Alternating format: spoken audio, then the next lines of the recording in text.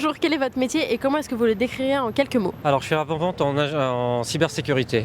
J'aide des clients qui ont besoin d'avoir une visibilité sur leur posture de sécurité. On leur apporte des solutions en IT qui vont répondre à ces besoins. Quelles sont les missions principales de votre métier? Écouter mes clients avant tout. Une fois qu'on les a écoutés, de leur apporter de la valeur avec les solutions que l'on a dans notre portfolio. Est-ce que vous avez une journée type? Non, c'est très varié. Ça va de l'accompagnement avec mes commerciaux sur des calls, sur des formations. Donc j'ai vraiment pas de journée type et c'est ce qui est assez sympa parce que je fais pas la même chose tout le temps. Pouvez-vous nous décrire votre dernière journée travaillée pour un peu illustrer votre métier? Là, aujourd'hui, j'ai une boîte qui est en Italie. On avait ce qu'on appelle un quarterly business review, donc c'est les enjeux avec les clients, là où on va. Sinon, ma journée type, on va dire plutôt avant-vente, ça va être de regarder un petit peu par rapport aux solutions avec les points de sécurité sur lesquels on doit avancer avec les clients.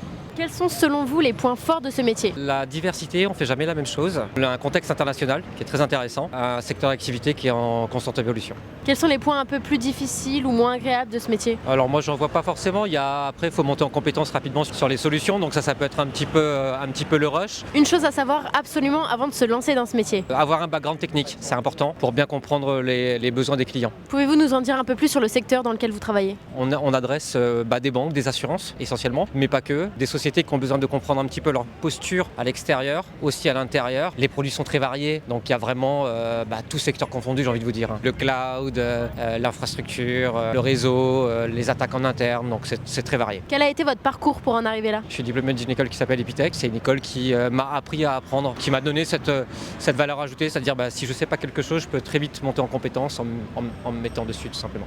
Comment décririez-vous l'évolution de carrière possible dans ce métier? Alors l'évolution est vaste. Alors vous pouvez déjà intégrer soit des éditeurs de sécu, travailler avec des intégrateurs, des partenaires, revendeurs. On peut très bien évoluer avec un background technique, on peut très bien évoluer vers le commercial si on a envie de faire ça et potentiellement monter une boîte par la suite.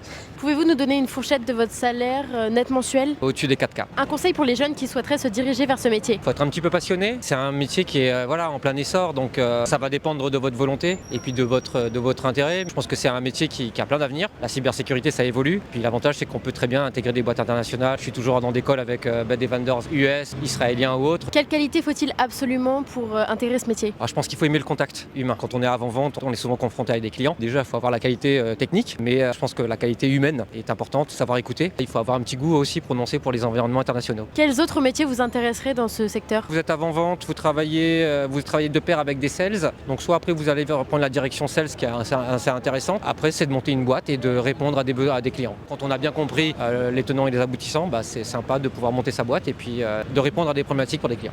Comment voyez-vous l'avenir de ce métier dans les futures années? Ça explose depuis des années, c'est quelque chose qui évolue constamment. Dans 10 ans, ce sera toujours d'actualité, donc je ne vois pas ce secteur d'activité tomber. Alors il y a beaucoup d'éditeurs qui sont présents en France, pas forcément français d'ailleurs, donc on peut se retrouver un petit peu avec un portfolio de produits qui peut être très très très large, mais voilà.